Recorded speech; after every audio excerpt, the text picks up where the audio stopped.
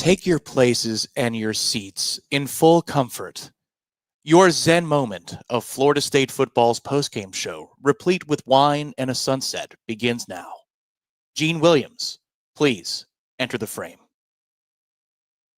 And there he is. Your zen is over. How about them Noles? How about them Noles? There he is, live from the Blue Ridge, live from Tallahassee in the penthouse in downtown.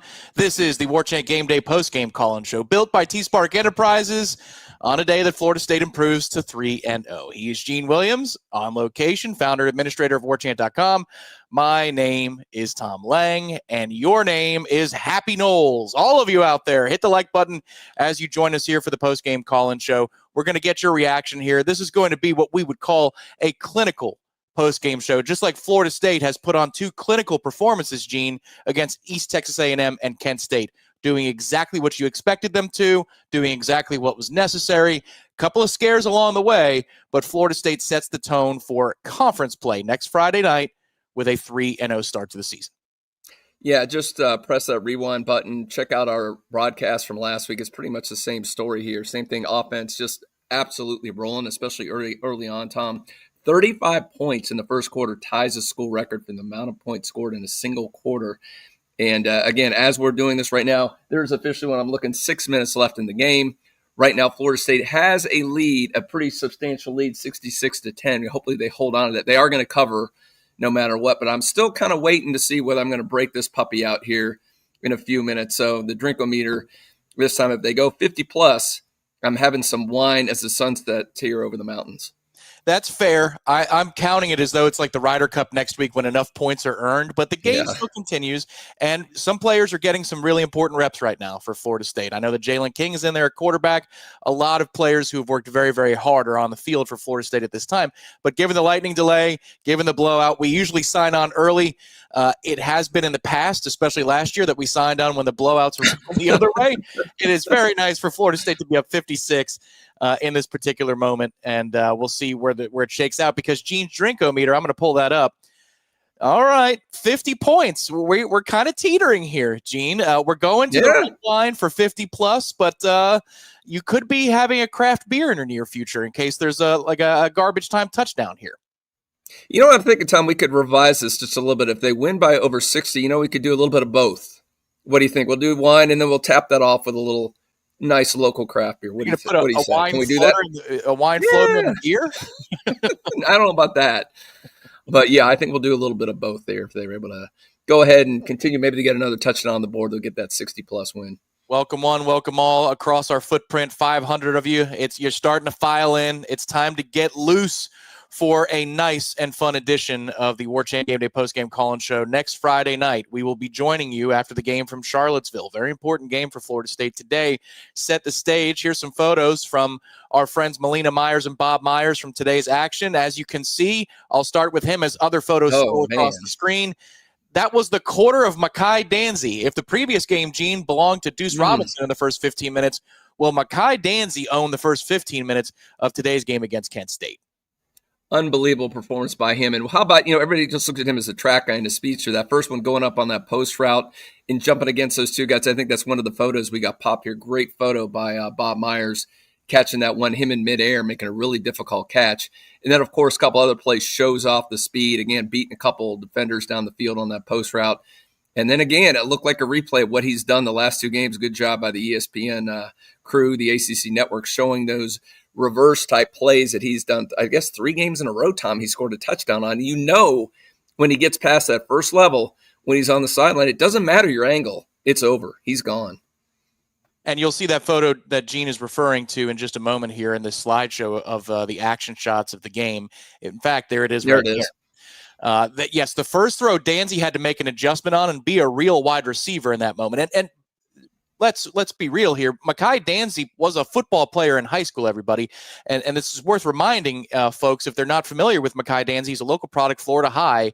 He was a running back in high school who also ran track. They were two sports that he loved and he refined his skill set for. So it's not like you got a track guy that you're trying to convert to football. He's got some snarl in him. He's got some football sense to him. And you saw that today. Dare I say, Gene Williams, his draft stock for when the time comes, That's a player who, with that speed and a little bit of polish to his game, the second catch is a straight post, and it's a beautiful throw from Tommy Castellanos. That's probably the best throw he's made in Florida State gear to date, because that was a bomb, and he threw it to Mackay in stride, which is hard to do because he's so darn fast. That is now something that defensive coordinators in future weeks are going to be sweating week to week, is where is 19? We got to find 19 on the field. He's not a one-trick pony, and that trick is the reverse, which Florida State also did hit today with Mai Danzy. It's a weekly tradition to start the season, the Mai Danzy reverse play for a touchdown. But he is a nightmare for defenses to account for, and he will be talked about, Gene, I think, at the outset of broadcast moving forward because of all of the impact that he's made so far. Right. I just mentioned the track thing. Exactly what you said. I'm glad you pointed that out, Tom. I think sometimes people hear track star, the eighth, whatever best 400-meter time, ACC best, all that. They kind of go, oh, it's a track guy playing football. As you correctly pointed out, he is also a football guy. And you saw that today. But 3 touches, and I believe my math is right, 176 yards on 3 touches. That's getting some things done. Yeah, you're right. Some people are going to take some notice of that. And what that does, and I think that's where practice comes in. Obviously, Tommy's played enough with him in practice to know it's going to be real hard to overthrow him when he's running that route and he's untouched. So go ahead and air it out and let him run under that ball. But that does so much, Tom, and I know you're an X's and O's guy, what that does for an offense when a guy can take the top off like that. Now, these teams here, you don't think Miami is looking at that film, Virginia, upcoming teams, they go, we've got to go a deep shell. We cannot let this guy go 60, 70 yards on us and just break the game open. So what does that – I mean, Tom, talk about that a little bit. What is that going to do for the rest of the field when they've got to account a couple safeties super deep for that? That's correct. It lightens up the box for the run game. Yep. So you're going to get a hat on a hat more often when you're trying to block in the run game, and then also opens up underneath routes for other receivers. And it's not like Deuce Robinson can't fly either, or Squirrel White can't fly. So you can't just shade the safety to one half of the field where 19 lines up, Gene. If Squirrel White is projected to be fully healthy for the game against Virginia, that's the way it sounded this week. He dressed, so I mean, I got to think he's going to be good for Virginia. Between his speed and then Deuce Robinson, whose father Dominic told us on the Smash earlier this week, he's trying to hit 21 miles an hour, but he can run a 4.46 40 at his size. You've got speed everywhere. So what it does is it provides the offensive line, it provides the quarterback, and it provides the H-back or the tight end simple reads before the snap about whether they're going to stack against the run or they're not. So you can beat people up the middle if they want to sag back and they want to respect the speed of the receivers on the outside. And frankly, the other part of the equation, Gene, is that Tommy needs to prove he can make those throws, and he has so far. He's checked all those boxes. And I saw in the chat, this is something we were all sweating just a little bit ago. Troy Knoll, we always appreciate your support of the channel and that you're a member. Is Tommy okay? Yeah. Everyone held their breath just before the lightning delay that happened today on Bobby Bowden Field because Tommy got rolled up on. He got rolled up on. Now, he ran a lot, and there was a lot of contact from design runs and him calling his own number, probably more than Nole fans would have liked to begin with. You got to run your offense. I don't complain about that so much. But as Jimbo Fisher once said, Gene, most quarterback injuries happen actually in the pocket, not when they're out running. And that's what happened to Tommy Castellanos. He limps off the field, doesn't look great. He's able to go into the locker room on his own power when the lightning delay happens. But the good news for everybody, in case you're watching this game on a phone or on Twitter and you don't have your television up, Tommy Castellanos was able to jog back to the sideline at what I would call third gear or fourth gear almost, Gene, during one of the stoppages in the third quarter of this football game. Humongous moment to see. It would appear Tommy Castellanos avoided the worst today. Yeah, I think so, and I have to pay a little doctor here. We're both going to try again, not medical professionals, so a lot of this is just kind of guesswork based on what we've seen before by players, NFL, college, when they have something like that. Of course, the concern when you get rolled up on is maybe the dreaded high ankle sprain in that situation, but I can tell you if he had a high ankle sprain, he would not be running on the field. He would be in there to be getting iced up. They'd start doing treatments on it right away. So the fact that he came out there, and as far as I could tell, and I know there's a lot of people that like to take screenshots and zoom in, I don't think he had any ice or any wraps on that ankle that I could see. It looked like the left ankle, I believe, from the replay. And I don't think there's anything on there. So, I mean, and I know he got up a couple times, dapping some teammates. Again, seemed perfectly fine. So was it almost to the point the game was over? There was no point to bring him back, or was it really just a precaution? I mean, either way, it would be kind of an odd scenario to see that him not play next Friday. Totally agree. I think the game was over, and so they didn't need to put him back out there. Frankly, when he got hurt, the game was already over, and he didn't need to be out there. I'm not going to be critical of that. They needed to run the offense today. It was the second quarter of the ball game, and they took a week off. I mean, they're rusty. Right. He still had his cleats on when he was running through the field, Gene. I doubt they took his cleats off to tape him up again. To your point about, the treatment stuff. That would seem to be a waste of time. And also they didn't think it was necessary to do that, or else he'd be in regular track shoes or something along those lines. So, very good moment to see that. Crisis averted there. I don't think the news will be as good. Now we're knocking on wood that it just looks scary. But for Chase Lofton, who went down with a non-contact injury, I'm hoping that's a cramp, Gene. But I don't know. You see a lot of Achilles these days in the country. Oh, don't say that, man. Let's hope it's not that. I'm trying to reverse psychology the hell out of this thing. But it seems to be a plague that's happening not only in football and basketball and other sports, these non-contact injuries. He was open on the play that Kevin Sperry was rolling right, extending the play and throwing towards him. I hope the news is good for that young man. We will wait and see. And we'll have updates for you on warchant.com from the press conference. Definitely. So this game's going. There's just a couple seconds left in it. It looks like they're going to hold at 66-10 unless something crazy happens right here. Tom, final stats. I'm looking at something changing. 772 yards, total yards of offense, ridiculous. 495 rushing yards. Man, if they can get I got 498. Oh, man, they get two. Come on, let's hit 500 if there's any way to get 500 rushing yards. I wonder what the Florida State record is. Maybe someone in the chat can look that up. What's the rushing yards record for a game? That's unbelievable. And I think Nick may need to break out the Gus bus again because the Gus bus was going full steam today. Let's hear the Gus bus. Let's hear it.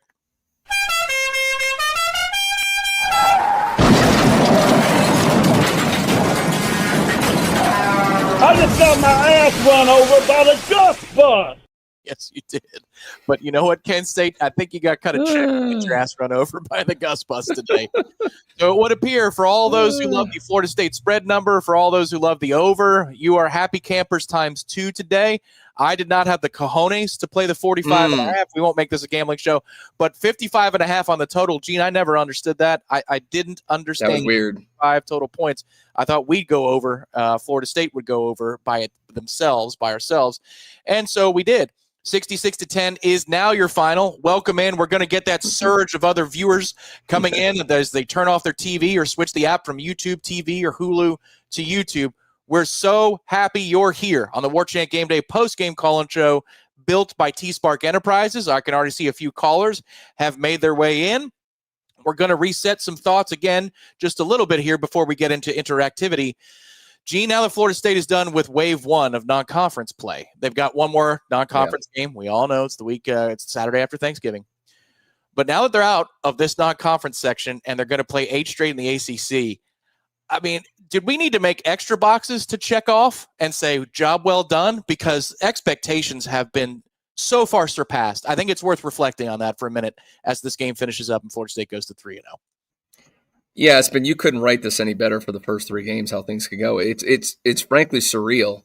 But we always knew going into the season the way Florida State's seen the extremes of what college football is, and they're seeing it again this season. You went from, an undefeated, should have been a playoff team, to conference champions, to one of the worst seasons in program history, going to now you look like, on paper you played 2 chumps, but you look like, the best team in the country. I can say that right now. Again, it's a small sample size. You haven't played other than Alabama, really anybody. But, the way they are executing so well on both sides of the ball, you're not seeing mistakes. Guys are crisp. They're making the right reads. They're doing it, and it looks like they've got everybody on a balance on both sides of the ball. It's really impressive. Obviously, these coaches and players are meshing. I don't care who you're playing. When you see these guys this buttoned up, not jumping off sides, not making holding penalties, guys not being out of position, not missing their gaps on defense, flying to the football, wrapping up, being close in coverage, all those things don't happen just magically because you're playing a lesser opponent. You make mistakes. Other than, let's face it, one kind of trick play, you had a breakdown, the defense completely shut down the opponent tonight. And, that's a team that's not a great team, obviously, but they're a better team than they were last year. So, it's been a dream start. But, if you read our roundtable, which we had last week, talked about a couple things I mentioned. Really, we haven't seen this team on the road. We don't know this. Again, it's a completely new team. What happens on a Friday night when a couple things go wrong? And they're going to go wrong in a game. You're going to have some balls not bounce your way. Somebody's going to make a mistake. And what happens in situations like that? You're not in the friendly confines of Doak Campbell Stadium. So I want to see how they're going to do that. When they play a team as equally as talented as you as Miami, how are they going to react in that situation? there's still a lot of things we don't know about this team, but what we've seen so far, I mean, 10 out of 10. Yeah, you're right. Demo says here the touchdown the defense gave it was a busted coverage. Yes, I mean that's KJ Kirkland having his eyes in the cookie jar a little bit. One of the trusted people who Gene is philanthropic with our charity shows, Jonathan Breimer. You might remember him from some of the charity shows we do over the holidays. Mm-hmm. He's also a high-level booster and put out on Twitter. I trust him because he's close to the action. That the paint was peeling off of the tent and the bench and anything around. Tony White addressing his defense after that busted coverage. Ooh. The standard is the standard at Florida State. Love and it. What you saw even after the lightning delay and intermediate periods in which the twos would go back out, then they'd roll the ones back out there. I saw Jabril Rawls flying around, hitting people. I saw Edwin Joseph uncomfortably hitting people. I saw that D-line finishing plays. They're playing to a physical standard, and I love seeing that again for the second time against a team that you're supposed to dominate. They had that physical edge to them. You will need that on the road. And I think outside of the one obvious bust, there's some more mistakes that were made that Kent couldn't take advantage of today, and that's good, Gene, because I don't know that East Texas A&M provided them any tape whatsoever that they could learn from. This is still a dominant performance. You totally control the game. But at least the quarterback could complete a forward pass, and there's a couple things I'm sure that Tony White will speak on tomorrow in the coordinators' press conferences that they can clean up ahead of Virginia. When Tommy jogged back out of the tunnel, I think today went about as good as it possibly could. And this period of the schedule where you go tune up, bye, and then tune up. Would you agree? Yeah, no. Again, everything's gone as well as can be expected. And you're right, there's a little bit more on tape, which you like to see, because you don't want to just play a team that's so bad and you just execute perfectly. All coaches will tell you learn a lot more from your mistakes than you do from just going out and executing perfectly. So they made a few mistakes on both sides of the ball. I mean, Tommy on that play, that was a great play by I think it was a linebacker that picked him off, just jumped the route and got right in the middle. He made a fantastic play, but then Tommy hopefully looks at that in the future, says maybe I need to keep an eye on that guy in that area if I'm running that slant route. Little things like that. But yeah, you're right. They can clean up a few things there. And obviously they got a lot of work in the punt return game because I don't know how many punts there ended up being, but there's a hell of a lot of them. Yeah. I wasn't real happy with what I saw, especially early on, a couple of those punts going overhead, losing 20 yards. And then the one time I saw it get fielded, we go for a negative 7-yard play. I just don't understand what is going on with the punt returns. And I hate to be negative because we're so positive, so we're looking for anything to point to that's slightly negative. But that's really all I can do. Little Tommy being a little banged up, we think he's fine, and then the punt returns are still a problem. So I'll stay with that for a second, then I'll get on a positive note. Yeah. Whoever's in charge of that, reassign them. I'm done. I'm done with it. I'm over it, Gene. At the end of the game, it's third/fourth quarter, and BJ Gibson goes back there. And I'm like, all right, let's see what the outfielder can do. He's used to seeing a ball in the sky and chasing it and catching the ball because he's a baseball player, and he looked as natural as can be. So I can't explain. Yeah. I think they really want Lucas to be the guy. Well, he's got the game-breaking thing, but it's so much more important to just field it and not lose the punt return. That's correct. Those yards are so valuable, and they will be at some point this season, those 10, 15 yards. Dominic Robinson said it best because he was a punt returner here at Florida State. He knows. He said, my goal was first and foremost to catch the ball, but then second, how many first downs can I achieve for the offense? How many 10 yards? He's like, 10 yards. That is a great punt return because that's one fewer first down that the offense has to achieve. But first and foremost, as long as it ain't knuckling, go run the ball down and be a pro about it. And Florida State just doesn't do that. However, Greg Turner, I see a lot of you in there today.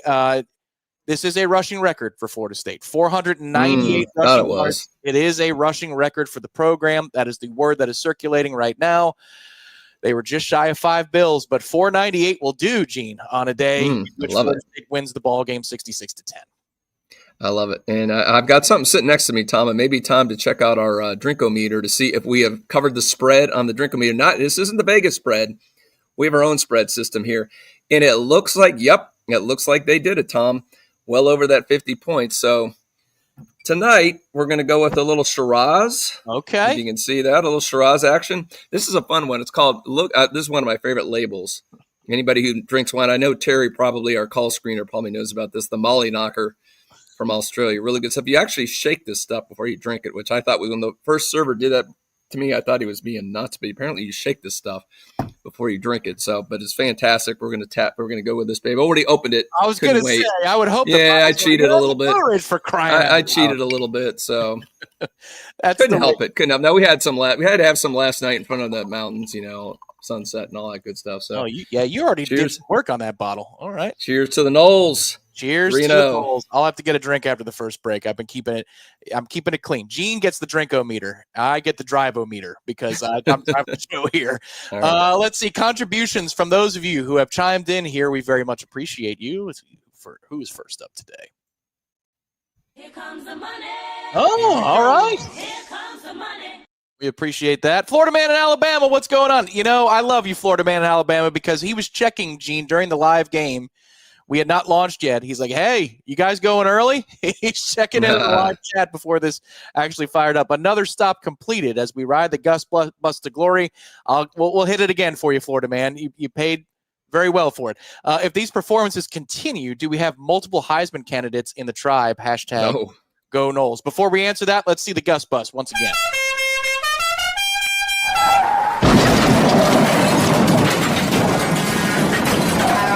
I just got my ass run over by the Gus bus. It's possible. There's a lot of yards out there for Florida State. 775 of them today. In fact, give you a quick rundown of Tommy Castellano's final numbers. 10 of 13, 205 yards passing, no touchdown passes, and 1 interception. And then on the ground, 7 rushes, 54 yards, 2 touchdowns rushing. He's already on a lot of people's lists, Gene. That's what beating Alabama does. You could say, there's a lot of Alabama favoritism, and you hear that people are saying, well, I don't know what happened against Florida State, but I don't want to play Alabama anymore. I'm going to focus on the other side of it. When you do what Tommy Castellanos did to Alabama's defense, you are now on Heisman lists. So Florida State definitely has one guy there. I don't know that any of the running backs have qualified at this point. Mai Danzy, remember, is classified now as a wide receiver. He was a running back out of high school. Mai Danzy could be in that conversation if he's good for an explosive play or two every single game. Yeah. You never know, Gene. He's racking up a whole lot of yardage. Well, imagine, we looked at what he did today. Unbelievable on 3 touches. Imagine if he did that against Miami. If things go to Pat, wait a minute. Florida State's got to beat Virginia. Miami wins tonight. You get the epic top 5 showdown that we're all hoping for. What if Danzy does it against them in that arena? Then he's definitely in the conversation because you love those kind of guys that can be that electric on that too. But then Tommy, that's another big one for him too. I mean, if he puts on a show against Miami and a victory, then he may vault to the top of the board because I don't think there's been – again, I'm not as tuned on every single player right now. I know the big ones we've talked about early on have not done very well. Obviously, you look at the guy at Florida, the guy at Clemson, and the guy at Texas who are way up there, and they've all kind of crapped the bed so far. So, I mean, it is wide open. And Tommy, if he performs at a high level on that stage, boy, he's got to be one of the favorites. Give you unofficial numbers here on Mai Danzy. So before today, he had 6 touches for 123 yards and 2 touchdowns. And today he had 3 touches for 176 yards. And did he have 1 or 2? He had 1 1 rushing touchdown, no receiving touchdown. So he is now up to 3 touchdowns for the season and 299 yards of offense. I mean, you never know. And how many total plays? So, I mean, the yards per play is insane. Oh, yeah, the yards per play is insane. That's 9 touches for 299 yards and 3 touchdowns. That's the best way to put it. There you go, Gene. Yeah. That's a lot of yardage covered for 9 touches. A lot of mileage from Mai Danzy. Next up in terms of the contributions, let's see who it is. It is here we go. No Kev. All right, let's fire it up. I'm going to go grab that photo. Xbox headset, check. Red Solo Cup, check. Win versus Clark Kent State, check. T. Lizzie, cue up that photo, by the way. Guys, I'm getting in the game. Guys getting in the game that I'm even like, who? Yes, Noel Kev is a diehard fan, and he has to check his roster or Seminoles rosters that you can find wherever you get that particular information. Who the hell is 44? That kind of stuff was said in the stands today at Doak Campbell Stadium. Thank you very much, Noel Kev. We appreciate the contribution. And I believe we've got one more before we pivot here. Noel Buck 83 says, really impressed with the way we continue to just handle our own business. Looking forward to seeing what they look like on the road. He's echoing Gene's sentiment there as Noel Buck 83. Can't wait to hear Dabo on Coach Speak. Go Noles. We think we got to talk about that a little bit. Yikes, Gene. At what point did your TV switch to that game? I started with SMU TCU, I got to be honest, but then after 200 first quarter yards for Syracuse, I thought, what the hell's going on here? Are they quitting on him? We know how that works in those things when you're a college football fan and you look and you see that score. A year or two ago, I see that score in the first half, and I'm like, whatever. We see that they fell behind. But I'm like, oh, I mean, now it's real. I could see Syracuse beating them the way they played. I always thought the bottom was going to fall out of Dabo, and I'm frankly shocked the last couple of years they've been really good. When you don't play the transfer portal, you lose guys, but you don't add by the portal, and you're not a Georgia or an Ohio State who can just replenish and go crazy recruiting and keep all those guys, you're just asking for trouble. And I think that bottom finally fell out of Dabo, that he just did not modernize his approach to roster management, and it's biting him in the ass now. So, yeah, I mean, it's not shocking to me. We've seen how the bottom can fall out literally overnight, and it seems like it's happening at Clemson right now. So, sorry, Dabo, but, your time may be running short in Clemson. Another contribution from Joshua. Joshua, thank you very much for supporting us here at Warchant TV. He says 772 total yards. Congrats to the team on the new school record. Prayers for Atiq Muhammad, who went down on a scary play. This was at the end, technically, of the second quarter. They came back from delay, and then the next play was the kick by Jake Weinberg to send us to quote-unquote halftime. But that Amari Williams play along the right sideline ended in a scary moment. And it did appear by the end of it that Atiq Muhammad is okay. And what they said on the broadcast, if you weren't watching on TV, everybody, is that he was taken to TMH for precautionary reasons only. He had full range of motion. Everything was working. So they just wanted to take him to Tallahassee Memorial just in case, to keep an eye on him. So good news was there initially for Atiq Muhammad, but we hope that his recovery continues. And obviously, Gene, that was a scary play, as football often has. I mean, whenever you have those scenes when everybody on both teams are down on their knees and they got to bring the cart out and the board, I mean, it's one of those things. We all love the sport so much, but man, it's just, we forget what a violent sport it is, and stuff like that kind of brings everything back to reality, what that happened. I mean, what you're telling me, that's the best news, that he's able to move around, and hopefully, like you said, for a precaution, hopefully he'll be fine, and prayers to him. And man, you have to think what his family has to be going through right now with the worry and everything else. So hopefully he gets home safely and is good to go, and everything ends up being fine. Yeah, that was most welcome news from the broadcast team. And we even had some folks in the press box kind of say, yeah, it sounds like as these things go, it's all right. One more contribution, and it's Johnny Zeno bring Gardner. Let's hear that too. Here comes the money. Here we go. Here comes the money. Thank you, Zenol. He says this team is special. No letdown after big wins. Norvell coaching up third and fourth teamers when they make mistakes. Accountability is key. Yes, Gene, you saw it. This is the punt that was a roughing the punter penalty that Florida State took. It was a deep down the line reserve that was guilty of running into roughing the punter. And Mike Norvell said, "Stupid crap," and I'm cleaning that up. We're not getting too loose tonight on the postgame show, or else I'd say it. But that was a moment where it reminded me of Mike Norvell yelling at Tate Rodemaker all those years ago in the spring. Oh, yeah. That was the ire of Mike Norvell, and that's good to see. Yeah, no, absolutely. You love those kind of situations. Yeah, that reminds me what you said earlier about Tony White and what was going on. I mean, it's one silly play. You broke coverage. There's a little bit of a trick play. It happens all the time. You're easily going to win the game. You know it, but still the fact that he's that livid about making, just making one mistake. But that's how these guys, that's how you don't have 2-10 seasons. That's how you have really good seasons, these little things.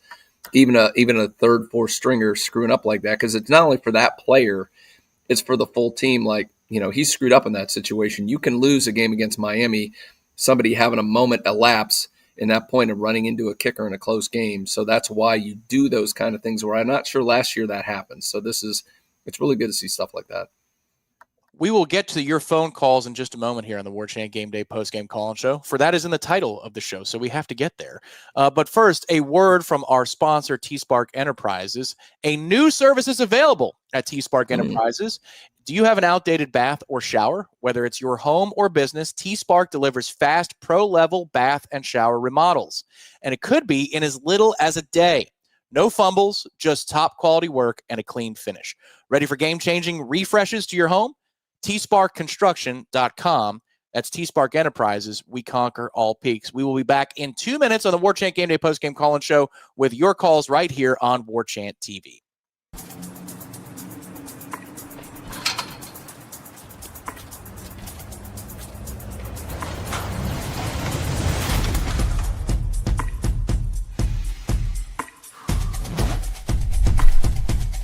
Greatness is built through passion, perseverance, and an unyielding commitment to one's trade. It starts with dedication and the relentless pursuit of perfection. The early mornings, the late evenings, the sacrifices made, all for that one moment of knocking it out of the park. On every job we do, TSpark, we conquer all peaks.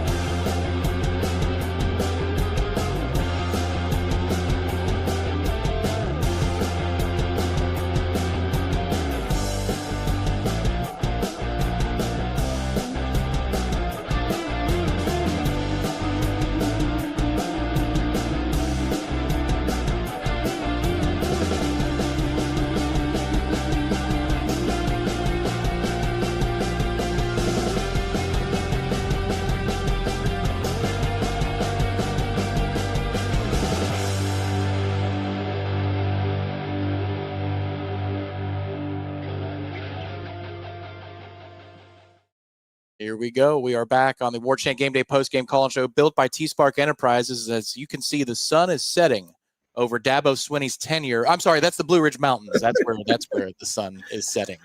And Gene, welcome back to the fold here. Good job with the lighting there, man. You got to get the foreground lighting, the background lighting. Yep. Fantastic. It's time to go to the phone lines. You ready for that, good sir? Let's do it. Want to hear the fans. For the, let's see. Oh, he's got a new phone number, so he's called in a lot more times than twice before. But we go first to Tallahassee. Who knows? Might be the Corner Pocket Bar and Grill. It is Eric in Tallahassee. Oh. Eric, welcome to the program. Go ahead. Tom, gee, what's going on? Hello, Eric. Where are you? You're looking live at the CP where we got crowded Noles here on a dominate performance. Eric, is everybody hate watching UF and UM right now? Is that what's going on? That is correct. Yes, sir. We got Miami and Florida just started. Oklahoma just won, just finished. And actually, you know what? I like to talk about that weather delay. Who the hell is that damn meteorologist at the stadium? What is he seeing? Because, golly, I mean, it's 1,000 degrees out. There ain't no freaking lightning in sight. Tell that meteorologist turn his fucking degree in. All right, Eric. You're one, Eric. Give me your observations. Go Noles, baby. Go Noles. We're going all the way, man. We're bringing it home this year. Go Noles. It's the first F-bomb of the season by Eric. That means it's a season now. It's just like, until something gets spilled at a party. Until Eric drops the F-bomb, it's not a football season, so it is now. Thank you, Eric. Love it live from the CP. That's right. He gets to spend 3 of them throughout the season. So and then he's got to stop the rest of the year. That's all you get, Eric. Oh, wait a minute. Gene says, never mind. Okay, that's it. That was the last one. No. He gets 3. Oh, okay. All right. As long as FSU's winning, we'll cut that number down if they end up losing a game. But as long as they win, you get 3. This man that we talked to on the Warchant Game Day Postgame Call-In Show doesn't bring F-bombs. He brings wisdom, nuggets of wisdom. This is Gene in Ocala. Gene in Ocala, welcome to the program. Hey, Tom, it's Wes. Oh, Hey, Wes. I clicked the wrong button for the 106th time. It's Wes in the Villages. Wes, go for it, my man. Welcome to the program. Yo, Gene. Yo, Tom. Yeah, I appreciate that. Yeah, man, that seemed like the longest first half ever. I feel bad for that kid for Kent State, but the lightning delay, it was like, you got to be kidding. And it was just one of those things where, man, it just was dragging. But I don't think anybody I was sitting there watching it. I'm sitting there looking up at the scoreboard, And I'm like, we got to get over 500 yards of offense in the first half, and we did. And I don't think anybody, if I had told you at the beginning of the season that we'd have had 500 yards and a half, you'd have told me to get drug tested. That ain't happening. And so when you kind of step back and look at everything and the execution and the coaching, and I can speak to Tommy. I watched him close when he came back out, and he was out there talking and laughing and moving around. So he's going to be fine. I do feel bad for Chase Loft, and I was close to not far from when he went down and watched it, like was watching intently, and that did not look good. So prayers for him. But all in all, the game as a whole, and, this team is they're just doing things that I don't think anybody would have ever expected. And it's nice to see them out there playing hard. There's coaching. I mean, there's everything you could ask for. And so you really feel some magical things brewing. And of course, there will be more tests along the way, especially next Friday night. That'll be a good test. But I feel like this team is really clicking and prepared and coached well. And it's just, when you think about what the last, less than year and a half has been for us all, to see what we're seeing, and especially for me to have been to 2 out of the first 3 games and seeing it firsthand, it's really remarkable, and it's really something to be appreciated and celebrated. And I just encourage everybody to do what you can to support the Noles and support Warchant. I'll cut the promo on the way out. I appreciate y'all. I'll be back for Miami. Y'all hit that thumbs up. Subscribe to the YouTube channel if you haven't already. Subscribe to warchant.com, the best in the business. All kinds of great content out there. What are you waiting for? Y'all have a good night. I'm heading back to the Villages, about to jump on I-10. I'll listen to the show. Y'all be good, and go Noles. There it is. That has a chance to be the call of the night right there. I'm going to give an informal round of applause there, because not only did Wes give us some very good thoughts on tonight's proceedings. And There we go. There we are. He also was a reporter for us on the sidelines. He was watching Tommy Castellanos very closely and seeing that he was laughing, joking, and getting involved with his teammates in the second half of this ball game. And after the lightning delay, he jogged right out of that tunnel. So again, if you saw on social media or you were someplace where you caught only a little bit of the game, and we're bringing you the news, we're happy to do so here on the Warchant Game Day Postgame Call-In Show. Tommy Castellanos jogged at pretty close to full speed out of the tunnel to Florida State's sideline after going down with injury. It didn't appear that any medical attention was given to his legs of any kind. And so it seems fully like dressed, cleats on, the whole shebang. Still had the shoulder pads on, wasn't in street clothes. Yeah, all very, very good signs for Florida State's quarterback. Next up here on the Warchant Game Day Post-Game Call-In Show, I'll get it right this time. For the 41st time, he calls in. This is Gene in Ocala. Gene, go ahead. What's going on, T. Lizzy? What's happening, Gene? How y'all doing tonight? Happy campers, Gene. Happy campers. Very good. Oh, very much so, very much so. 700 plus total yards, just total domination, 498 yards on the ground. It's just great to be a Nole. It's great to see, Coach Rick, whenever we went on that weather delay, Coach Rick said that, this is what Gus does. He doesn't take the foot off the gas pedal whenever he has, subpar teams in front of him. He actually just puts it on the metal, and that's what we need. We need to see somebody that is going to operate at full efficiency. It's just great, like you said, great to be a Nole. It's awesome to watch this team just execute at a high level, and I don't think we've had too many penalties all year long, and it's just awesome. It's awesome. You got to just really love what you're seeing right now on both sides of the ball. Old KJ got his eyes in a bad place, and that ball went over his head. But you'll take that one, and then you see the adjustments.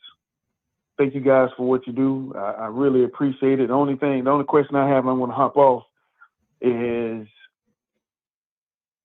with what Danzy is doing. Danzy just showed you today that even if Squirrel goes down, or even if something happens to where you need that third wide receiver to stretch the field, what do you see as far as him being able to be another superior weapon out there taking it down the field? Yep.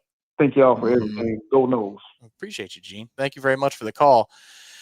Well, as we talked about it, I think closer to the open, Gene Williams, you're going to be so frightened of that speed, that straight ahead speed.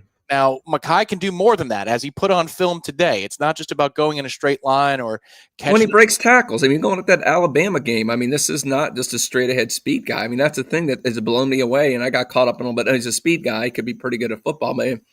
Like you said, he's a running back. When he gets the ball, he's playing like a running back, too. He's not just running by guys. He's doing that. And when guys do get close to him, he's very able to do that. Now we saw really impressive to go up in traffic and make the adjustment and make that catch like that. It's something else. And to Gene's point, I think this is where it's unbelievable that you have an innovative, top-notch offensive coordinator can figure out ways to get him the ball in leverage situations where he can take advantage of that speed. So, it might only be 2 or 3 times a game, but you get him in those situations.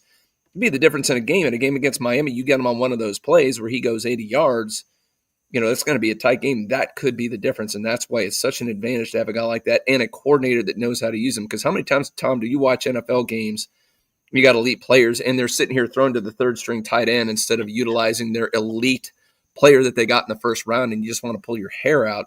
Use these guys to their advantage. When you've got a guy who's faster than anyone else on the field, get the ball in his hand in a situation where he can run. Yeah, a lot of times offensive coordinators want to show you how smart they are instead of just score the points. And that gets very annoying. Gus does not mess around. No. I like that about him. This team needed that, and I love that attitude that breeds. I'm going to bounce away from Mai Danzy just for a second because I thought it was an important development, Gene, that LaWayne McCoy got on the field, and that LaWayne McCoy, there's one specific play, it's a throw to the left, where he shows you his short area elusiveness. And they also finished that play with a stiff arm into the dirt with the would-be tackler. He gets into a bit of a tussle with the player who brought him to the ground. They had to be separated. He got one extra shove in, no flag or anything like that. But LaWayne McCoy has been talked about by this coaching staff as that next first wave of receiver options. He's in that class. They're looking for others to step up, like Elijah Moore and B.J. Gibson. But LaWayne McCoy, he's talked about in the same class as a Boggs, as a Squirrel White, or a Deuce Robinson. And you did get to see that today. He was on a pitch count, and it's a small moment in the game, but LaWayne McCoy could be very important to answer Gene's question, and I think that's something that we need to keep watching for is number 7 in Garnet and Gold. Yeah, absolutely, and Boggs too, because it can't just be the Squirrel White and Deuce Robinson show. I mean, no team is going to go 2 guys all the time. You got to give them breaks. You're going to go 3-4 wide receiver sets sometimes. You got to give them different looks with different players. And if you can go a little bit deeper at that wide receiver position, I know that's one of the things we all talked about preseason. Is there any depth at that position? You got 2 guys who have done it at the Division I level. You think they're pretty good. But what do they have after that? Florida State honestly has not recruited well at that position until recently. Now it looks like they may have a couple guys, like you mentioned, coming up that can do some things in that rotation right now. So I think that's huge for this team to get a little depth there because we saw Squirrel White got banged up. Now it looks like from what we saw today, he will probably be back for Virginia and good to go, but you may not have both guys for every single game. In fact, that you can go to the bench and maybe got 2 or 3 other guys that you can rely on is so huge for this team. So, I mean, that was really encouraging to see the guys. And it wasn't just at the end of the game. We saw these guys in the first half making plays. The other part of it is the run game is going to be your best friend because as Gus likes to show and talk about, and you can look at the stats today, 498 rushing, 277 passing for 775 yards total. But that run does become its own weapon for those receivers because he wants you to commit to it. And then once you commit to the run, he's about verticality and shots down the field. Florida State had a host of players. I'm not even going to count how many players touched the ball today on the ground, but I'll give you a couple of numbers here. Gavin Sawchuk, 11 carries for 97 yards, 2 touchdowns. Clearly in Roydell Williams' absence, Gene, he is starting running back. How about Sam Singleton today being the second back off the sideline, second guy in the rotation, 10 carries for 86 yards and 2 touchdowns. He was in and out after that, I think it was drive 2 or drive 3 that they put him out there. But Sam Singleton apparently has earned some more trust. How about Cam Davis coming off the sideline before Usman Kroma today? Cam Davis, 4 carries, 30 yards and a touchdown. Kroma didn't come off the sideline until after the lightning delay, I believe. He ended up with, 4 carries for 43 yards. He looked very, very good, breaking tackles, never going down, never saying die. That's what we love about this young freshman in the first few games we've seen. But I think we've got a potential storyline there, Gene. What's going on in the pecking order Yeah. there? Because a lot of Yeah. guys hit the field before Cromon did. That definitely stood out to me because obviously it looked like he was code number one. It was 1A, 1B there the first couple games. And then for him to be third or fourth off the bench, that was really surprising. Look, it could have been, a couple things. We don't have full access. We don't have any access to practices like we used to. Maybe he had a bad practice game or two. And the way this coaching staff is, and we love it about them, if you don't perform or you have a bad day, you're going to go down the depth chart. It's not like, oh, let's get everybody in there equal reps and that kind of thing. That could be that. Maybe he was a little banged up. Again, I'm just throwing that out there. I'm not saying I've heard anything. Maybe he's a little banged up. They wanted to limit his reps. We don't know those kind of things. And speaking of that, I guess this game coming up, it'll be the first true conference game coming up this Friday. Tom, we'll get our first actual injury report. Thank goodness. Right. You think when they passed that rule about the injury reports, when you're an ACC team, you would have to give them for all the games. And of course, as much as Florida State hates giving out injury, or Mike Norvell hates injury stuff, we never get that information. So we will finally get some of that information. So who knows? He might have been a questionable going into this. Had we have access? We don't know. So I'm just speculating. I have a hard time believing he's suddenly been devoted to fourth string. Yeah. So my guess is there's something else probably going on here. It might have just maybe he had a bad practice, a way to send a signal to the young man that nobody's job is secure here, which I love. So my guess is probably a good thing and maybe puts a little spark under him. But it's also great to see these other backs, man.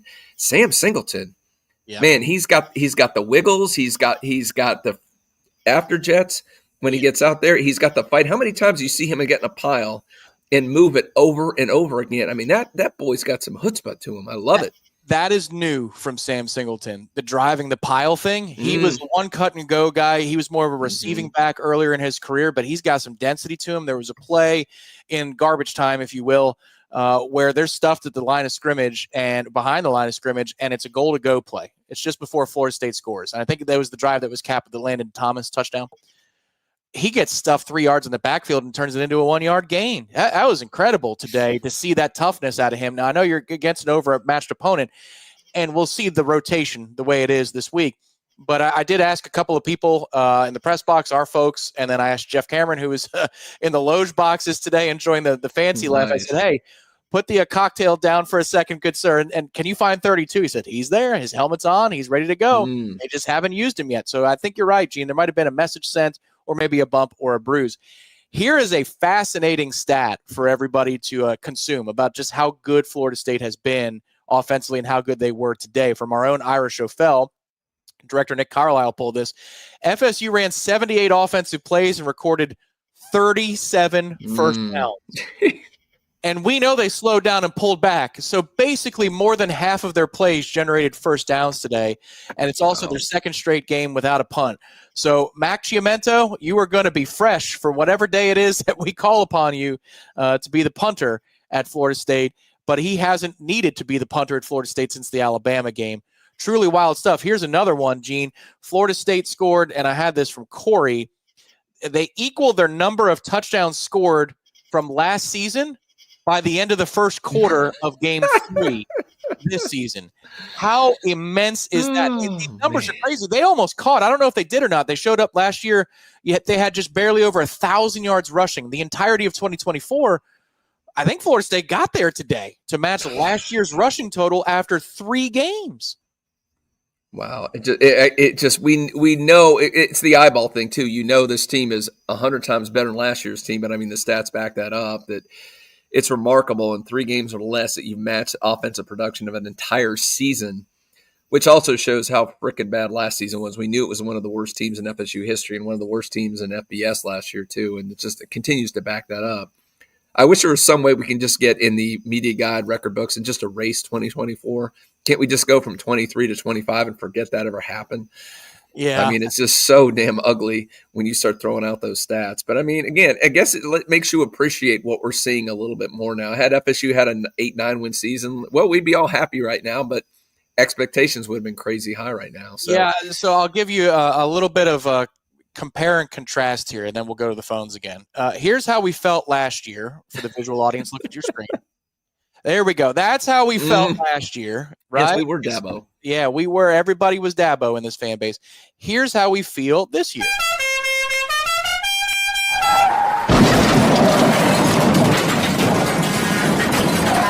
I just got my ass run over by the Dust bus. Hey, Tom, if you can do that too, I think another one do a comparison. So the famous deer in the headlights, Mike Norvell, you had from last season. Yeah. And then there's a photo that I believe it was Melina Myers on the USA Today feed. I had today of Mike pumping the fist on the sideline with a huge grin. I think you could do those two also and just throw those side by side and just what a difference 2 seasons makes. Yeah, that's true. That was part of the collage. I'll go grab that photo Yeah, in just a minute. Check on your Clemson friends, everybody. They'll probably send you back this photo. There you go. Yeah, they'll send you back that one. That's how they're feeling right now. We now go to Long Island to talk to Josh in Long Island, one of our favorites. It's the 60th time on Warchant TV he has talked to us, and we welcome Josh to the phone lines, to the show right now. Go ahead, Josh. Tommy, Tom, and Gino! 3-0 feels so good after only winning 2 games last year, baby. It feels so good. I will tell you guys this. I did the original sin. I watched Game Day today because I wanted to see what they would talk about. And they have anointed the quarterback from Oklahoma as like the next dude. Oh. They couldn't do it with Arch. They tried to do it with Kate Klubnik. They tried to do it with the kid Underwood from Michigan. They all flopped. And now it's the Oklahoma guy. It's his turn. So that is the new guy, just in case you guys want to know who the shiny new toy is. I said a couple of weeks ago about Mike Norvell playing his card with the quarterback, and I think it's finally reared its ugly head. And I love Brock Glenn. I feel bad for him, but the writing is on the wall for my man. Like, it is, you're now not even the first quarterback off when there's an injury. You know, I thought it was like get Kevin Sperry some reps. Now Sperry's just going in. He's going in, which is good for us because, listen, I'm all about competition anyway. And I like it. Now, here's my funny question of the day. Is it more plausible that Clemson wins 4 games or 8 games? Thank you, guys. Have a good one. Appreciate y'all. Love y'all. Bye. Boy, there's a lot to chew on there. A lot of and let's take it as first thing point too, because I think it's worth discussing about Sperry, because we pointed this out in the last game, Tom.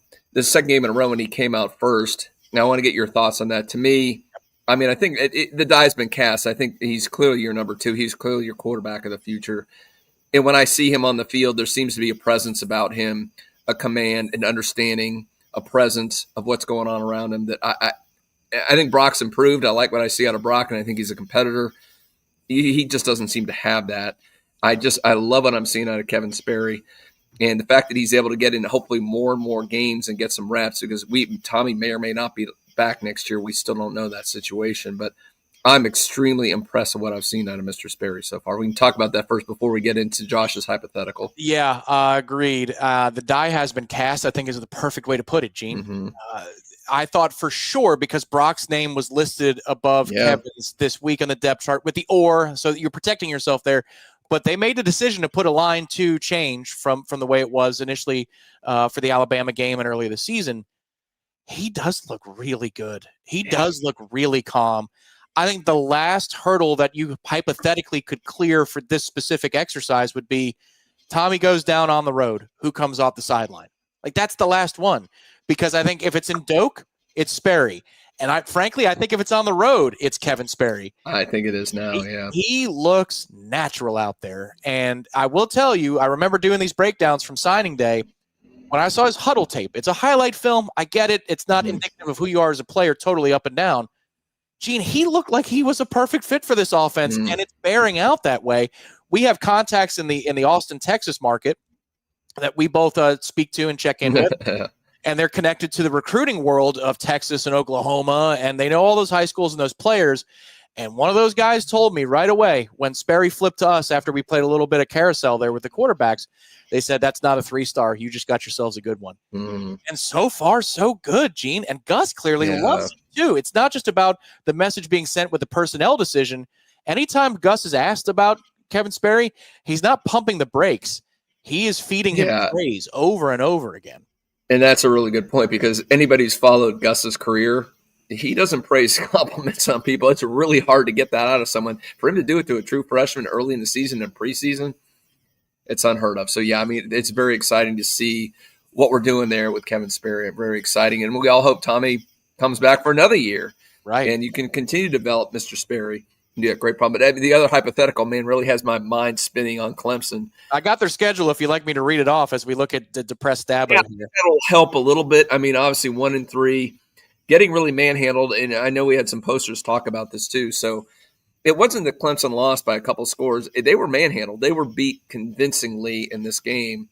It is very reminiscent of Florida State last year. They're just getting run over at this point.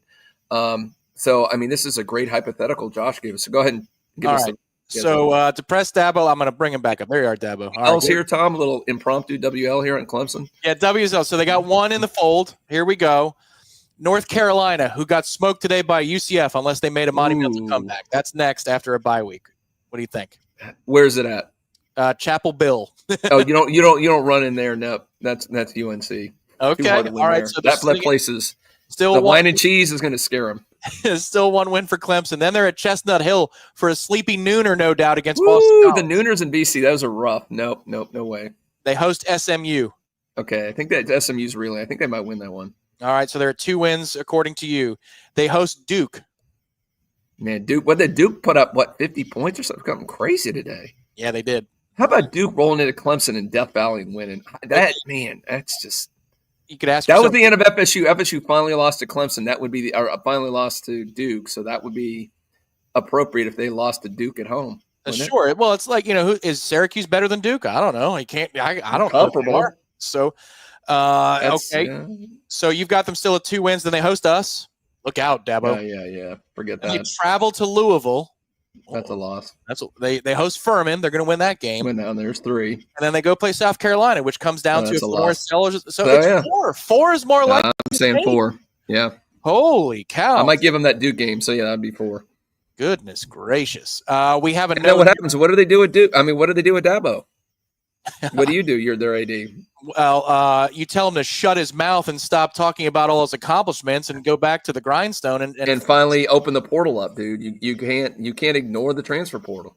Enough with this. You want to run me out of town? Go ahead. I'll go win somewhere else. Okay. How about?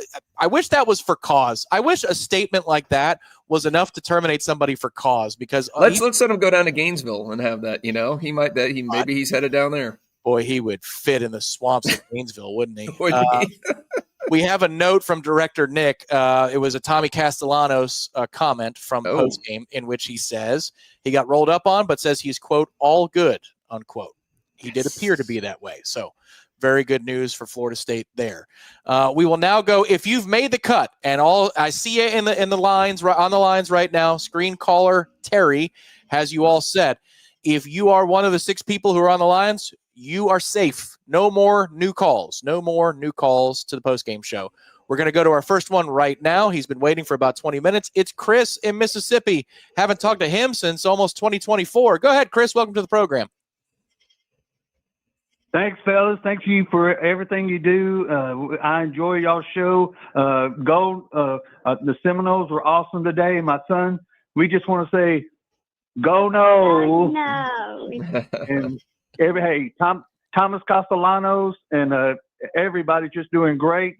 And like I said, we season's going to be great, and we got high expectations, and we're going places. And one more time, go Noles. Oh, I love that. Thank you, Chris, and thank you, son of Chris. We really appreciate that. Training him correctly. Yep. Sometimes we have adult language on this program. Sometimes we have family moments. You never know what you're going to get on the Warchant Day. Yeah, let's see. Eric followed by that call. A little different. Well, I'll say Chris in Mississippi, if you're still watching, I'm sure you are. I'll call out earmuffs next time before. We're going to call him earmuffs Eric is what we're going to call him, just to make sure that everybody understands. We need to put that thing on there, the not suitable for a workplace. We need to put that warning label up when we bring Eric on. And we love you, Eric, from Corner Pocket. We love your calls, but we just to give everybody a little bit of a forewarning there. We'll give them the warning. Next up, we go to New Orleans. I don't think we've ever talked to this person before. It's Eddie in New Orleans. Eddie, go ahead. Hello, you guys. You have never talked to me online. I've been with Warchant for years. During Bowden's time, I quit because of at the end when his son came on, I was just too painful, and I've been back on. And I went to grad school to study marriage and family therapy at Florida State, which was the first marriage and family therapy program in the United States. And so I've been watching and listening to many of your Warchant interviews about first talking about the family atmosphere.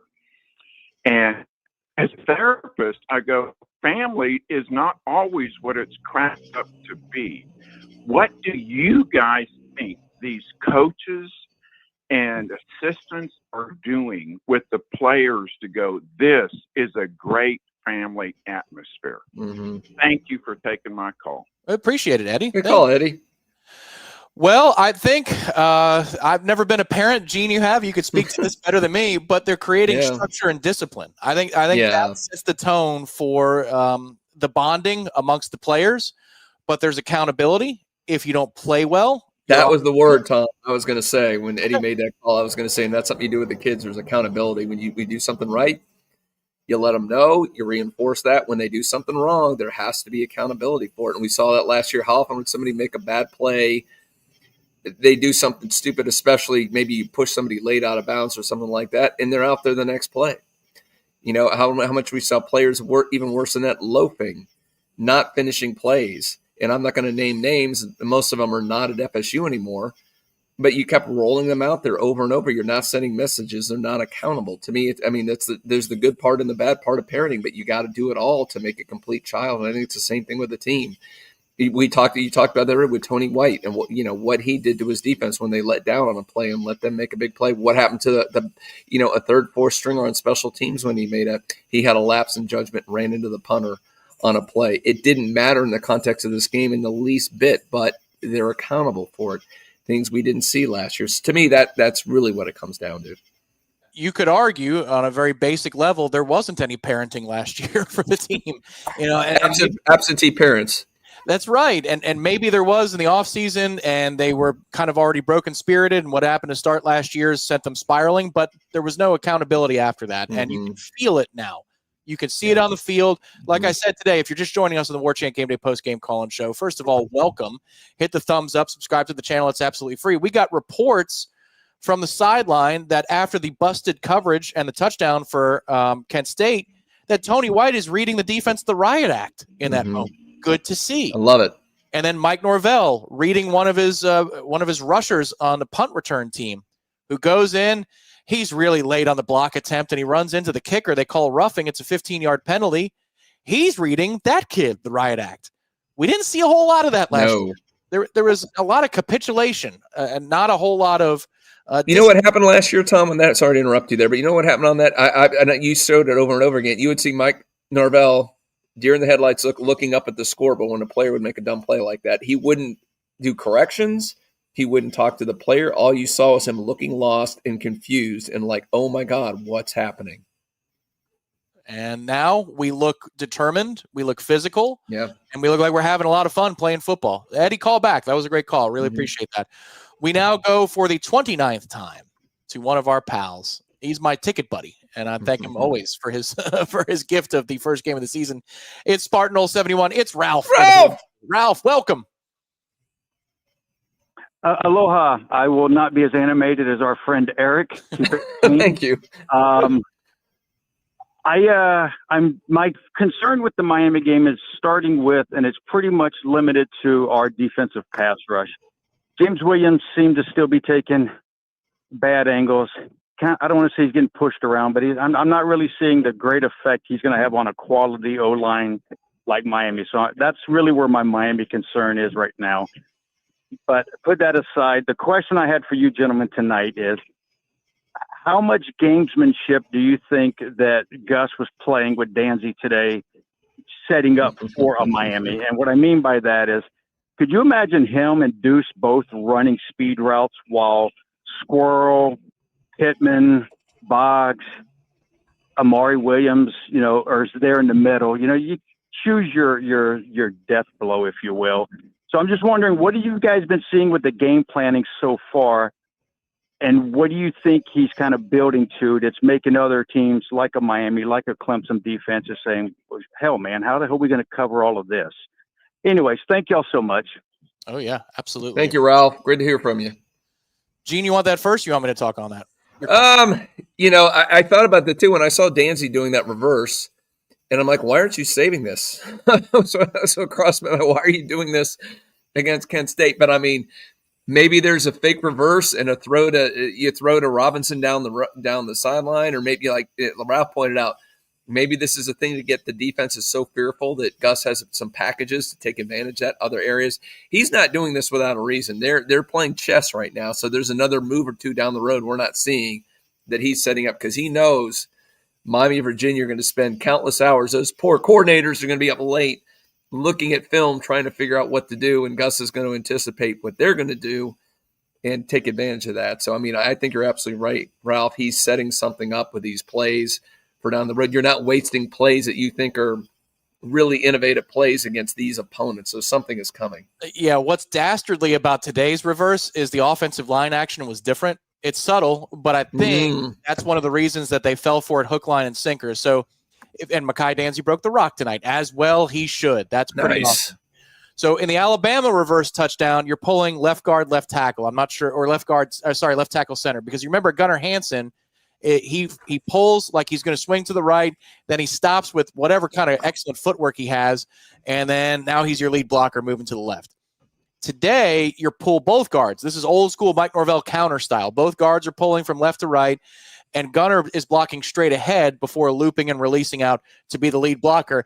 And there was a great moment. He's celebrating at the 30-yard line with hands in the sky, not even completing his block. He's just kind of setting a pick, and Mai is off to the races. That's subtle, but when you have different pullers, that gives different keys to the linebackers and the safeties. That's something that they have not seen is potentially happening before their eyes. So Gus called the reverse with two different actions. Now, I can't speak to the one against East Texas A&M if it was one or the other, but what I can speak to, Gene, is in the East Texas A&M reverse, which is on the television screen moving to the left. To the right is a Tommy Castellanos keeper with a receiver / tight end in front of him. That's an escort that nobody was blocking for.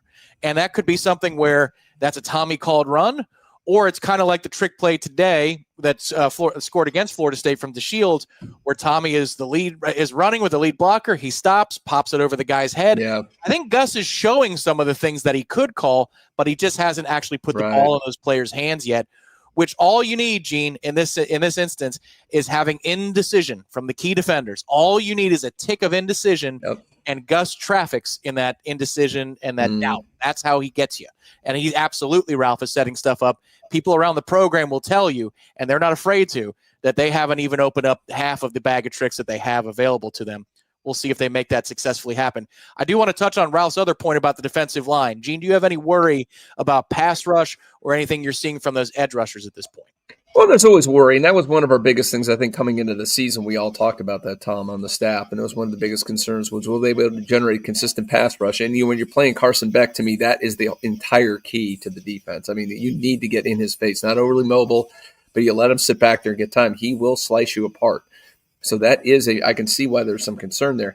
I don't think, just like you talked about with Gus, I don't think Tony White has unveiled his bag of tricks, and I think he's very famous for a lot of stuff he can do up front with stunning guys, moving them around, getting them in position. So I don't think we've seen all of that. So I think some of that's being saved up for games that have a little bit more importance to them. I've had my initial concern because that's just going to be my biggest concern in that game in general. But still, I don't think looking at a game like this where they're going very vanilla on defense, I don't think this is really indicative of what Florida State's pass rush is going to be. Yeah, I thought they were so physical last game, and it's edge rushers are part of the process, and they're a huge part of the process, but the way they create stunts and twists, I mean, sometimes it's not even set up for that guy to be the player that makes the play or creates the havoc. I am putting a bookmark in it, though. I think Ralph makes a good point. And I want to give Noel Tastic a shout-out here for advancing the discussion. You're absolutely right. This was a true reverse. This was a pitch from Sawchuk and not one from Tommy like the other two were from Tommy Castellanos. So good point there.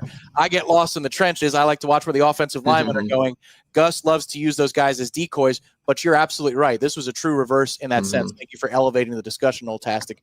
We really do appreciate that. We're going to wrap up with our callers in just a minute. But what we're going to do is hear another word from our friends at TSpark Enterprises right here on the Warchant Game Day Postgame Call-In Show. We're going to be back in 90 seconds right here on Warchant TV. It rains 130 days a year in Tallahassee, which is 1.7 million gallons of water coming down, plus 500 pounds of leaves piling up on your roof, and maybe a tree branch or two. We spend 23.5 hours a day thinking about roofs. We've driven 60,000 miles in a year serving our customers. We've climbed 2,000 ladders to install over 100,000 shingles. You've got one roof. Let TSpark worry about the rest.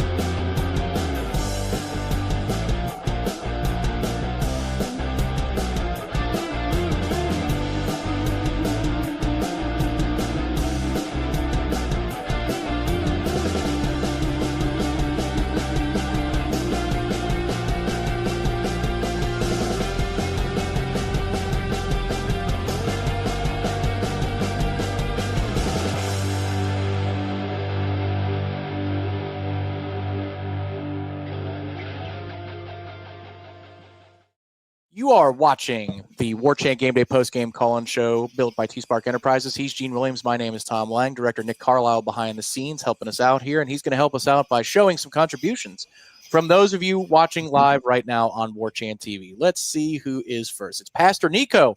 Hello, Pastor.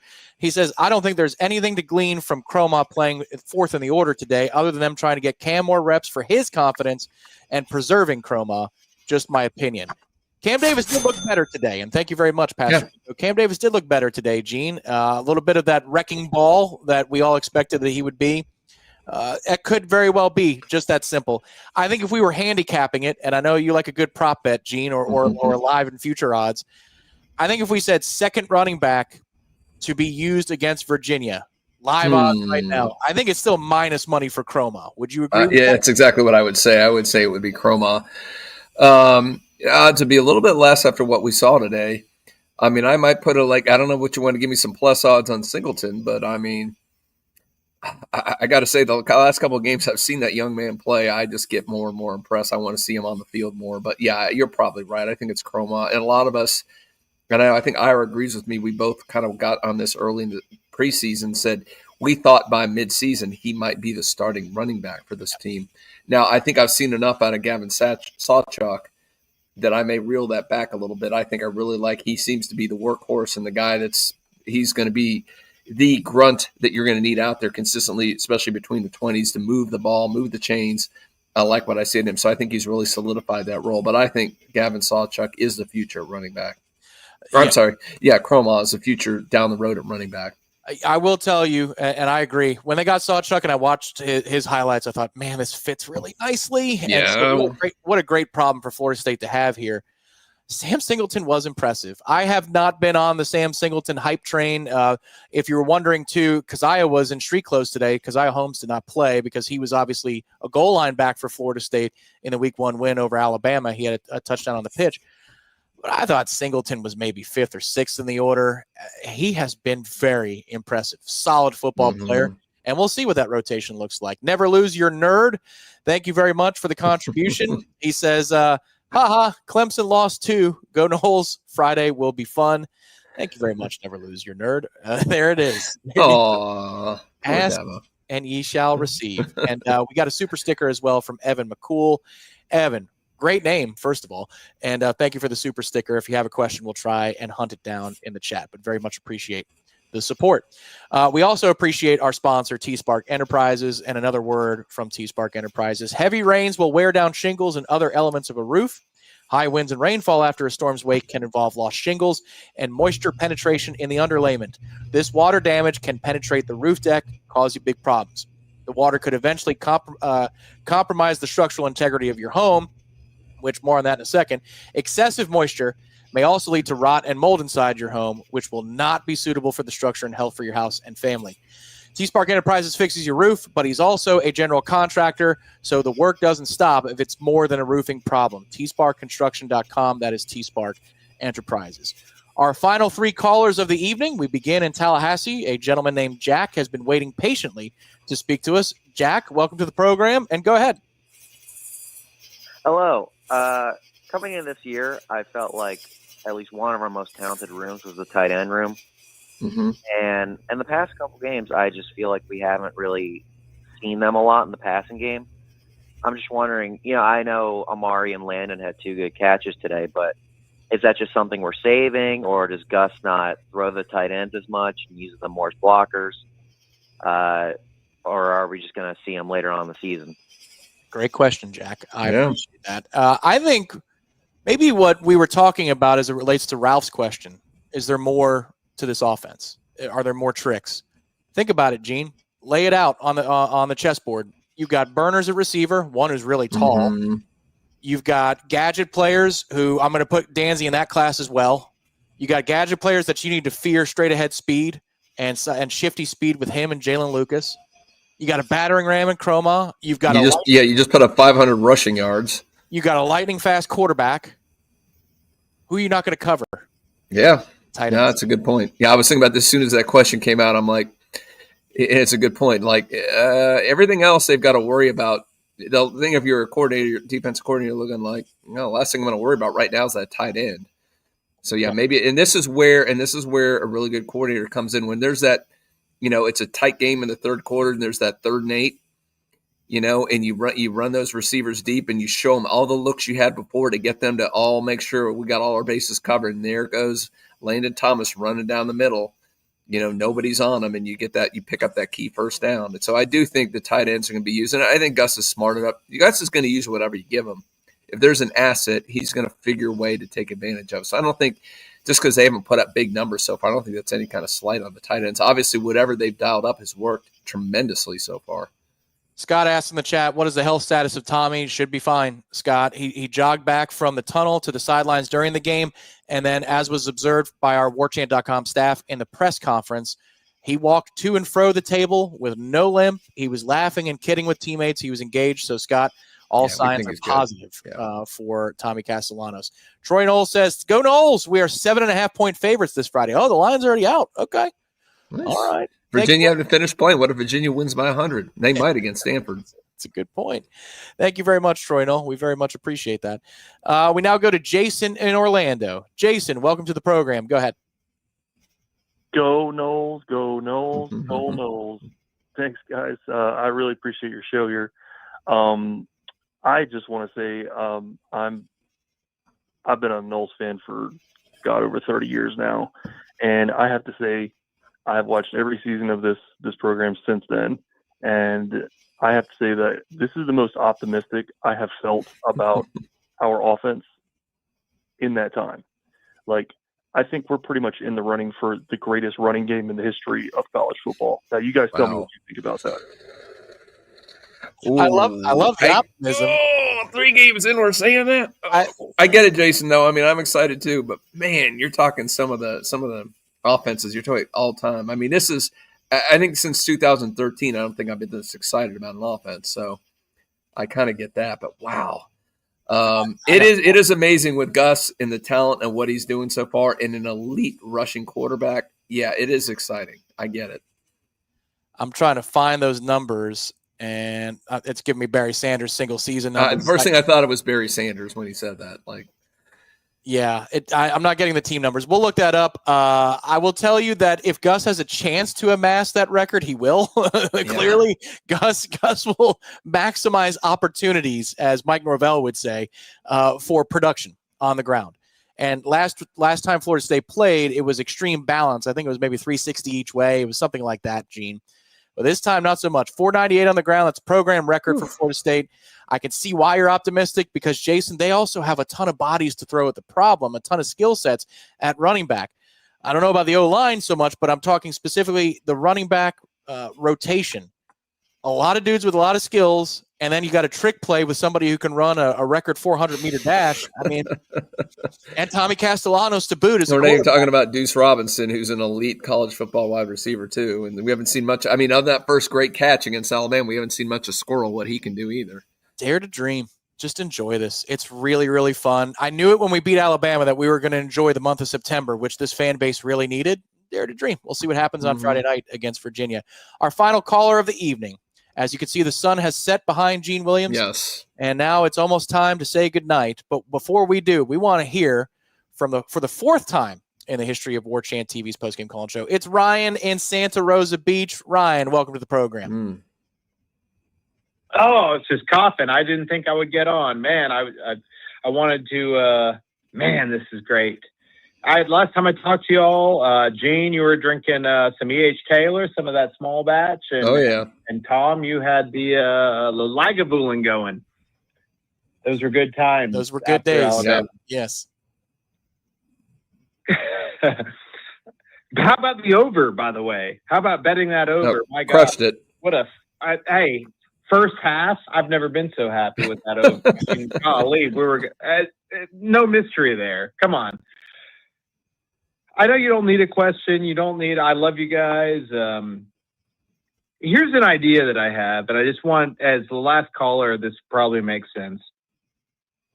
You ever seen Super Troopers, the movie Super Troopers, when they do the meow game? They say meow, the cops do. Yeah, sure. Absolutely. Okay. Real quick. So you interview, you got Mike Norvell on the podium. Whoever asks him the questions, Ira, Corey, whoever, you got to fit as many knows. And the winner of who gets the most knows, I don't know, maybe they win something, but the knows are out of control with this guy. Am I wrong? No, Ryan, you're not wrong. They win, nobody cares, Very well punctuated. It's punt returning.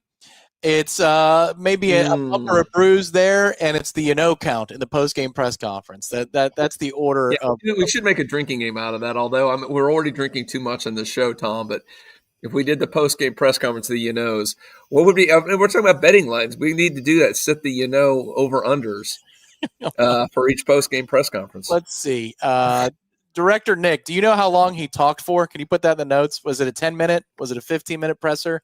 How long was the presser tonight? He just wrapped up, Mike Norvell did, which you can find on Warchant TV once we conclude here.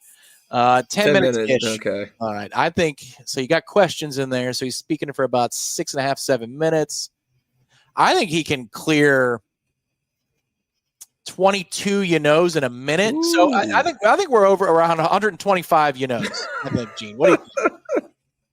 That might be a little aggressive. I think I might go a little under that, but it's high. It's going to be a high number. I don't know. I've never thought about setting a line on that, but that would be. We need to come up with some post-game lines that have some fun with us and stuff like that. But that's good. Thanks, Ryan, for adding a little levity. That's interesting. We need that levity here. It's a time to laugh and celebrate as a Seminole fan. And I didn't call for a social tonight, and I apologize. Let me do it right now. Social. Everybody have a drink. Everybody fill up. It's time to hate watch your rivals right now. It's time to hate watch. I know Gene's looking over his shoulder at the TV. Is that correct? Yeah, I've got the Miami-Florida game behind me, trying to check that one out.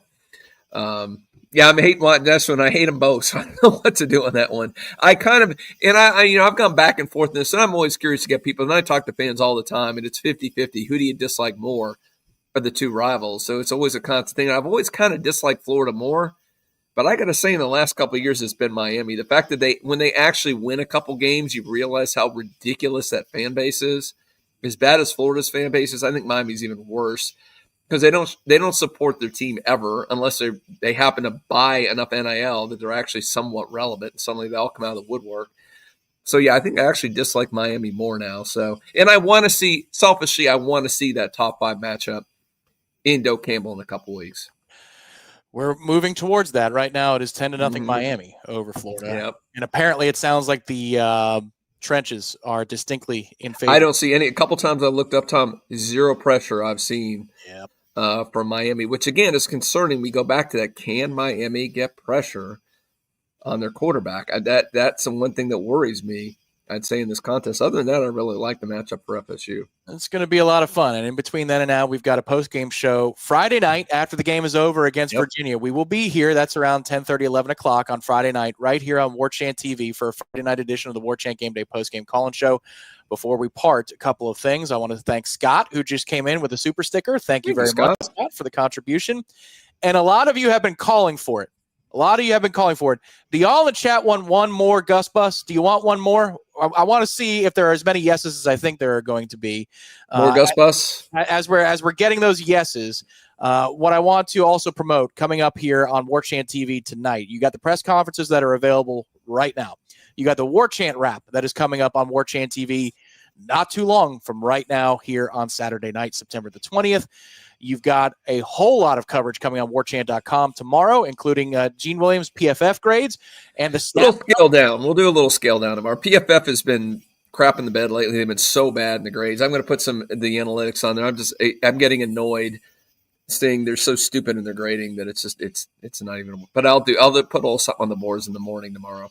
Snap count tracker. That's the big one. Yes, right? That's it. Exactly. Let's check the snap counts. Let's check some of the advanced analytics, how they grade the offensive line or the run blocking or whatever. When you rush for 500 yards, they'll give Florida State's offensive run blocking like a 68 grade. Like, just shut up, PFF. That's fair. They must have a gator doing it. Well, Chris Collinsworth owns the thing. So shocking that they are, docking FSU all the time. Yes, that's right. Chris Collinsworth is one of the founding partners of PFF. The more you know. Let's see. I see everybody. Yes, Quinn, Brett, Max. Let's drive it. Let's drive the bus. Drive that bus.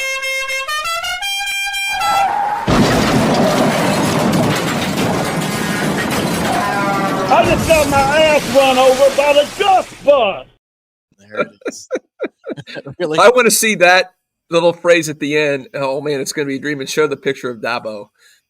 It's got my ass run over by the Gus Bus. There it is. Oh my goodness! I think we might need to spend some coin on a video that shows like an actual collision. And of course, yes.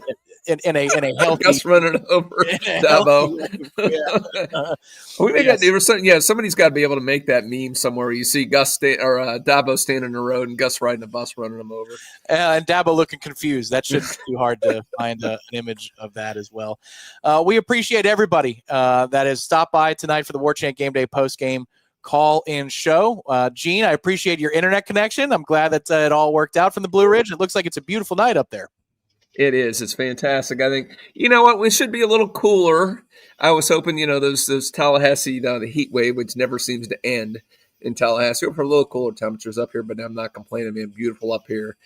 It's good to get away, and I appreciate that people not complaining that I'm not in the studio. I want to take a couple days on a game like this and get fully. I will be in the studio for the rest of the games, obviously, because the competition ramps up just a bit the next couple weeks. That it does. ACC play is upon us Friday night at Charlottesville. Weeknight games in Charlottesville haven't always gone well for Florida State, so they're going to try and do the right. They had to show that replay. You see, I saw that in the beginning. They had to run that replay on the broadcast of the infamous, first loss in the ACC against Virginia. Tom, did you not see that earlier? They already did it. It's not even Virginia's not even done playing. No, they did it in the first half. They had to run. I think I don't remember the broadcaster's name, but one of them is a Virginia grad. So they were kind of playing that angle up, and they had to play that again. Well, of course, to just kind of rub it in. That's a marquee matchup, and then obviously Miami in 2 weeks' time. We will be here, my guess, late into the night on Warchant TV for the post-game show then. Make sure to head over to warchant.com. If you have not signed up, give us a chance to earn your business. You will not be disappointed. It's $1 for your first week. We will bonus you a year's access to The Athletic if you go over to warchant.com. Sign up right now. The largest FSU fan community. Also, that allows you to go find other message boards from other teams, like maybe Clemson's. You go check in on how they're doing. And that would be a fun exercise this evening. So sign up right now, warchant.com. It's just $1. Gene Williams, anything you want to promote before it's time to say goodbye? No, not really. If you're an FSU student watching, we saw that deal going. You can go ahead and just email us at support@warchant.com, and you get a free year subscription. You don't need to leave a credit card, anything else. Just email us from your FSU.edu account. So we know you're an actual FSU student. We have a few people try to slip one by us Yeah. Oh, I'm an FSU student. I'm emailing from my yahoo.com account. No, we're not falling for that. So use your real account. We want to, we know the students, your priorities are going to recess, drinking beer. We get it. You don't want to spend money on this, but we want you to get in, have some fun with FSU. So I'll promote that. And, we've got Corey. You mentioned Corey's columns coming up. We got a lot of good stuff on YouTube. So go ahead and subscribe to the channel if you haven't already done so. That's right. The Corey Clark column, if it's not live already, is going to be live soon. Irish 321. A lot of great stuff coming up on warchant.com. Go to the channel right now. Look at all those post-game interviews. It'll be a good evening for you. We say good night to everybody. One more social on the way out. We don't have to hit any sounders. Everybody enjoy. Cheers. I see you, Dan Petrowski. I'll see you in the morning. He's part of my 7:45 tea time. Cheers, everybody. And we want to thank everybody behind the scenes, to those who called. Terry, who screens the calls, director Nick Carlisle, and our sponsor, TSpark Enterprises. Good night, everybody. 3-0 Noles. We'll talk to you next time right here on Warchant TV. Good night. Go Noles.